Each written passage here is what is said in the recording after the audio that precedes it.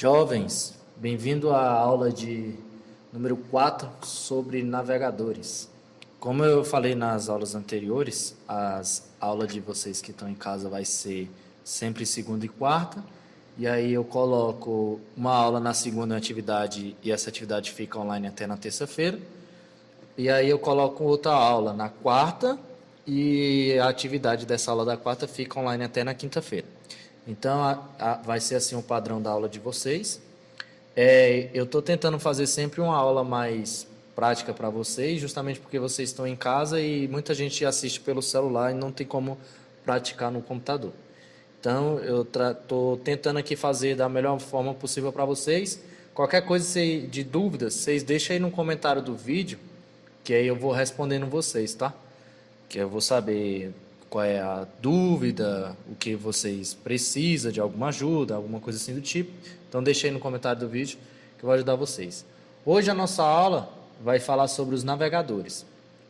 Vou resumir de novo o que eu já passei com vocês. A internet ela nasceu justamente da necessidade de ter informações. E aí essas informações eles viram que eram algo bom, não só para usar na guerra. Então, o que eles fizeram? Eles expandiram isso. Quando eles expandiram a internet, aí ficou para o usuário final. Esse usuário final somos nós hoje em dia. Então, assim, para a gente conseguir navegar dentro da internet, a gente precisa dos navegadores. E aí, o navegador, o que é? O navegador ele é um interpretador de código HTML. Esse código HTML ele é usado para fazer configurações de texto, de imagem, de vídeo, de formas. Então, tudo que você está olhando aí na internet, quando você pesquisa no seu navegador, você está vendo somente a parte interativa. Então, é a parte da frente do site. Tudo que é bonitinho, com cores e tudo, são as linguagens que estão passando por detrás. Essas linguagens a gente consegue acompanhar, igual essa figura aqui, ó. São vários códigos que a gente tem dentro da internet.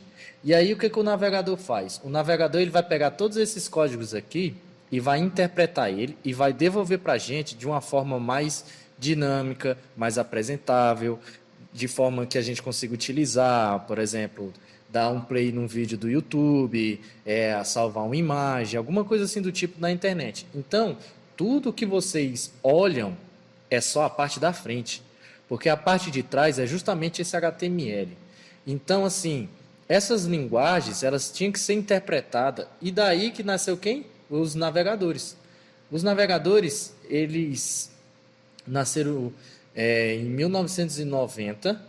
E aí, tá aqui ó, a historinha deles. E foi esse rapaz aqui, ó, o Tim Berners-Lee. Tim Berners-Lee foi o primeiro que criou essas linguagens de hipertexto, justamente para poder fazer o compartilhamento das informações dentro da rede. Então, antigamente, as informações eram só texto por texto. Então, se você precisasse mandar alguma coisa, você mandava texto e texto. Não tinha imagem, não tinha vídeo, não tinha áudio, que são os arquivos de MP3, e, enfim, não tinha. E aí, o que ele fez? Ele começou a criar esses hipertextos justamente para conseguir colocar mais informações dentro e os navegadores conseguissem interpretar e devolver para o usuário final. Assim, nasceu o primeiro navegador, em 1990, que é o World Wide Web. Esse foi o primeiro navegador no sentido de pegar esses hipertextos, que é o código HTML, e conseguir transformar de forma informativa. Então, a informação passava e trafegava de outras formas. Então, o www, por exemplo, nasce justamente do primeiro navegador, que foi Tim Berners-Lee que fez. E aí, esses navegadores, eles vêm crescendo no mercado, sempre tem desenvolvimento. E o primeiro, assim, que a gente tem como hoje, foi o Mosaic. O Mosaic, ele nasce lá na década de 91 também, em meados de 90, 91. E ele foi o primeiro assim que tem a aparência parecida com o que a gente conhece hoje, com a área pesquisável, que a gente conseguia digitar e buscar alguma coisa. Então ele foi um dos primeiros assim, nesse sentido. Depois dele a gente tem o famoso Netscape. O Netscape é famoso porque ele é um navegador que nasceu e ele tem as características dos nossos navegadores de hoje. Então, essa forma de janela, por exemplo, que a gente tem no Google, que a gente coloca a janelinha, pesquisa imagem, pesquisa vídeo, é, consegue criar nossos favoritos. Tudo isso foi criado primeiro aqui no Netscape. Então, foi uma evolução do Mosaic, que foi o primeiro, assim, da forma que a gente conhece, que é esse template de pesquisa. E aí nasceu o Netscape. O Netscape também ele já tinha, por exemplo, os pop-up. O que são os pop-ups? Os pop-ups são quando a gente entra num site e aparece uma informação em cima do site, como se fosse uma janelinha. Essa janelinha é um pop-up. Aqui no Netscape já existia. E a gente também já conseguia guardar algumas preferências de site. Se o usuário entrava muito em certo site, ele mesmo já gravava, que são os famosos cookies. Ele também foi o primeiro a guardar os históricos. Então o Netscape foi assim, um pontapé inicial para tudo que a gente conhece da forma de hoje. Então, a partir do Netscape, que foi tendo as atualizações, e aí a gente chega aqui no famoso Explorer. O que é o Explorer? O Explorer foi um dos navegadores que nasceu lá em meados de 1994. E aí, o que acontecia? Esse navegador, ele foi o primeiro que ele já vem dentro do próprio sistema operacional. Então, quando você baixa, por exemplo, o Windows 10, Windows 7, faz a formatação, o primeiro navegador que aparece para a gente aqui é o Explorer. Então, ele já é incluído no sistema operacional da Microsoft e, assim, ele foi um dos primeiros também a sair um pouco da zona de conforto. E aí, em 1995, que ele tem o primeiro navegador, de fato, já no Windows também 95. E aí, a gente, hoje em dia, está na 11ª versão dele. Por exemplo, o Explorer 6, ele é do Windows XP. O Explorer 7 é do Windows Vista. E o Explorer 10 é do Windows 8. E o Explorer 11 agora é do Windows 10. Então o Explorer ele nasce daí. Ele foi um dos pontapés inicial da Microsoft para navegação na internet. Depois dele nasce o Mozilla. Primeiro nasceu o Mozilla. O que é o Mozilla? O Mozilla ele foi o seguinte. A Netscape na época ela liberou os códigos-fonte do navegador que eles tinham.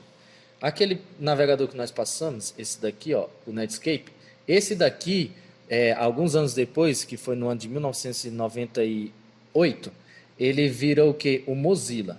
E aí o Mozilla ele é transformado, em 2004 ele vira o famoso Firefox. O Firefox ele é um navegador open source, ou seja, o código dele é aberto, quem quiser modificar alguma coisa dentro dele consegue.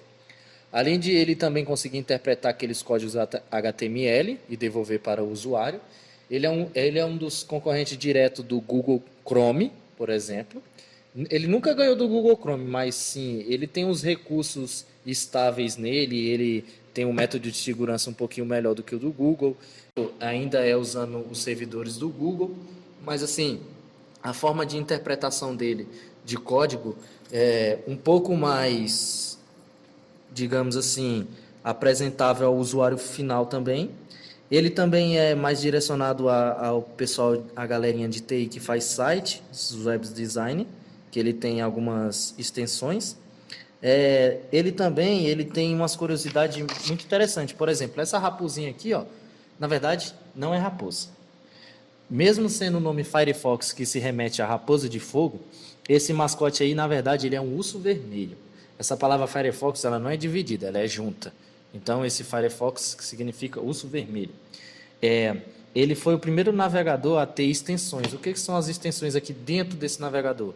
É como se fossem arquivos extra. A gente consegue fazer arquivos e, por exemplo, quem é cego consegue colocar uma extensão dentro do Firefox aqui que todos os textos que tem dentro do site vai sair em forma sonora. Então, a gente consegue colocar extensões para pessoas que têm problema de vista, pessoas que têm problema de áudio, que são surdas, pessoas também que têm problema de enxergar. A gente consegue também acrescentar templates novos aqui dentro. Então, tudo é pelas extensões. É como se fosse o upgrade já do navegador. Dele, a gente vem para o Opera. O conceito do Opera é o seguinte, ele foi desenvolvido para ser um navegador alternativo de todos esses do mercado, e ele nasceu justamente para ser leve e fácil de utilizar. Então, ele não é muito carregado de coisa, ele já tem o que você vai precisar, que são os buscadores lá dentro. Ele tem algumas extensões também que auxiliam a gente.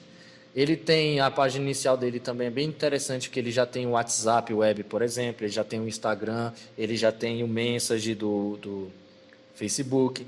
Então, ele nasceu justamente para ser mais leve. E os celulares antigos, sem ser esses smartphones que a gente tem hoje, eles também usavam o Opera justamente porque o processo de HTML dele é bem simplesinho, então ele vai lá, faz sua busca e te devolve sua resposta sem muito carregamento de processo na internet, por exemplo. Aí daí nasce o grandioso Google Chrome, que todo mundo conhece. Google Chrome, do jeito que a gente mexe hoje em dia, nasceu em 2008, o navegador.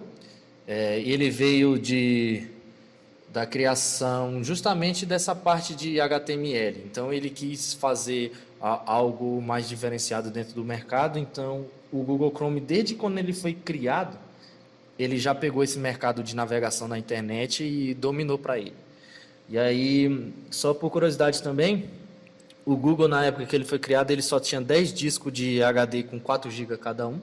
Então, por exemplo, tem celular hoje que tem os discos maior do que o Google Chrome na época que ele foi criado. E aí o Google ele também trabalha por abas, ele tem todas as informações necessárias para pesquisa, ele faz interpretação de HTML de forma mais precisa. E aqui, ó, por exemplo, todo mundo conhece, essa é a telinha do nosso glorioso Google Chrome. Aqui na parte de cima a gente tem as setas que a gente vai e volta. Por exemplo, se a gente faz uma pesquisa aqui dentro, ó, carro, aí ele vai pesquisar e vai botar as informações que você buscou aqui dentro. E aí aqui, ó, a gente consegue voltar, ó, ou ir para onde a gente estava. Esse X aqui é para recarregar a página, ou seja, se ela travar, por exemplo, a gente recarrega ela vai de novo buscar a informação. Aqui do lado a gente tem um botãozinho chamado Home, que ele vai para a página inicial, que é essa que a gente conhece. Logo após a página Home, a gente tem a parte da URL, ou seja, onde que vai o site, ó, tá vendo? www.google.com.br. Logo abaixo aqui, se você prestar atenção, tem uma linha que é chamada de favoritos. Aqui, por exemplo, a gente consegue, ó, minimizar e maximizar. Aqui, ó, de vocês, ó, tem aqui o Socrativo, que vocês usam, então eu consigo daqui dessa partinha, dar um clique e direcionar direto aqui, ó, para o site que eu estou buscando. Então tem vários sites aqui, ó, tem as videoaulas aqui, tem as pós, tem os arquivos de vocês aqui. Então essa parte de baixo aqui é chamada de favorito. Aqui a gente tem alguns recursos que são as extensões que usam. Aqui a gente tem a conta dentro do Google Chrome e aqui a gente tem as opções. Por exemplo, vocês estão vendo que o meu ele está com fundo preto. Por quê? Porque eu coloquei dentro do Google Chrome algumas informações. Por exemplo, aqui eu tenho informações sobre a versão do Google Chrome, ó, todas as versãozinhas, que tem as variações aqui, ó, o caminho dele, onde ele está, caminho estável. Tem o JavaScript dele, que é o que ele faz funcionar todas essas funções de botão, por exemplo, de arrasto, de cores. E aí a gente tem aqui, ó, o Google Setting, aqui, ó, Google Setting, que são todas as configurações que a gente precisa dentro do Google Chrome. Você no Google, preenchimento automático, ou seja, quando você faz um cadastro, o próprio Google ele guarda algumas informações. Tem a privacidade e segurança, a aparência, igual eu falei para vocês, o meu aqui é escuro. E aí a gente também tem os flags, que os flags são os arquivos que a gente consegue manipular, são os experimentos aqui dentro. Então a gente tem algumas coisas assim, renderizar vídeo mais rápido, navegar mais rápido, alguma coisa assim do tipo. Então aqui essa parte específica dos flags são experimentos que você consegue fazer e alterar alguns tipos de recurso que tem aqui dentro do próprio navegador. Então, os navegadores eles nascem desse conceito de pegar todas as informações que vem do HTML, que é a linguagem de hipertexto. Então aqui, por exemplo, ó, vou mostrar para vocês, ó, A página inicial do Google ele tem todas essas informações aqui, ó. Então, o que vai acontecer? De vez de você pegar todas essas informações por escrito e você pesquisar na internet, não. Você vem aqui já na forma dele de navegação e aí ele vai interpretar todas essas linhas de código e vai te devolver uma resposta. Então aqui, ó, por exemplo, se eu quiser alterar um botão aqui, ó, eu consigo, ó, localizar o botão e, por exemplo, de vez de eu fazer pesquisa do Google, eu consigo alterar esse nome aqui, ó. Consigo colocar assim, ó, pesquisa Jonathan. E aí se eu der um Enter, ele vai carregar o botão. E aí ele vai conseguir tirar esses valores que a gente tem dentro dos botões e interpretar que aquela pesquisa agora, ela vai ter meu nome, ó.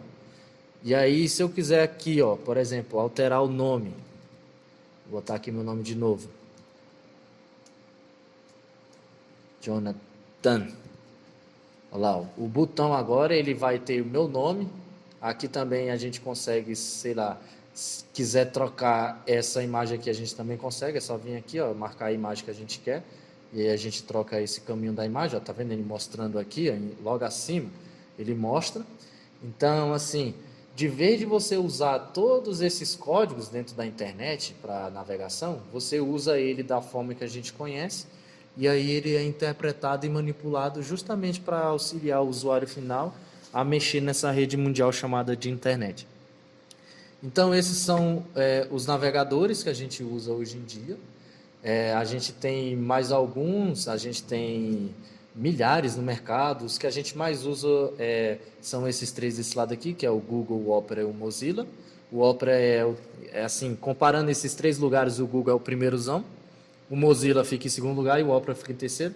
O Explorer ele não funciona muito bem porque os arquivos de HTML dele tem que ser carregado completamente antes da página abrir. Então o Explorer ele não é um navegador assim muito apresentável.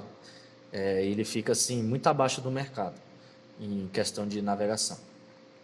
E aí a gente tem aqui, ó, eu botei para vocês um dado estatístico, tá vendo? O Google Chrome é o primeiro. A gente tem o Firefox como segundo em 8% só de usabilidade. Isso aqui é uma pesquisa recente que eu busquei para vocês. O Explorer, ele só está aí em terceiro lugar nessa pesquisa dos 10 mais, ó, aqui é os 10 mais. Por causa que o Explorer, ele funciona como navegação só de HTML para a gente baixar esses outros dois aqui, por exemplo. Por isso que ele ainda está em terceiro. E a gente tem outros aqui, tem um Edge, que é uma forma também do Explorer, é tipo um 2.0, tem um Safari, que é próprio da Apple. Esse QQ, esse Sogro e Explorer são alguns que os usuários usam mais específico no mercado, alguma coisa assim do tipo. O Opera aparece lá embaixo, mas como eu falei para vocês, daqueles três lá, quem fica assim em primeiro sempre é o Google Chrome, em segundo sempre fica aqui o Firefox e por conhecer o Opera fica em terceiro, porque o mercado exige muito dessas informações de internet e o Google ele domina o mercado, certo? Então essa foi a nossa aulinha de hoje sobre os navegadores, que são os interpretadores de HTML dentro da internet. E aí eu vou colocar a atividade de vocês, lembrando que se vocês tiverem alguma dúvida, alguma coisa assim do tipo da aula de hoje, vocês deixem aí no comentário do vídeo, que eu vou olhando e vou respondendo vocês, certo? Então, até a próxima, jovens.